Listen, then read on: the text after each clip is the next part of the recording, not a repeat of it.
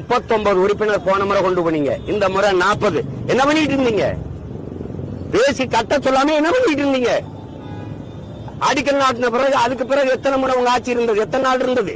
9 ஆண்டுகள் இருந்தது. காங்கிரஸ் 10 ஆண்டுகள் ஆண்டுச்சு. மன்மோகன் சிங் தலைமையில் கட்டாம என்ன பண்ணீங்க? அந்த ஒத்த செங்கல் இருந்துச்சு, அதையும் எடுத்துட்டு போய் திருடிட்டு போயிட்டீங்க. கேட்டா ஒத்த செங்கல் புரட்சிங்கிறீங்க. என்ன ஒற்றை வைக்கல் புரட்சி?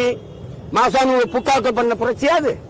கருணாநிதிக்கு பேரனா பிறந்தது, ஸ்டாலினுக்கு மகனா பிறந்ததுனாலே துணை முதல்வராக தகுதி வந்திருக்கு பாரு. இதான்டா சனாதனம். என்ன தகுதி இருக்கு? செங்கல் காட்டிட்டாருங்கிறான். செங்கல் வச்சது யாரு?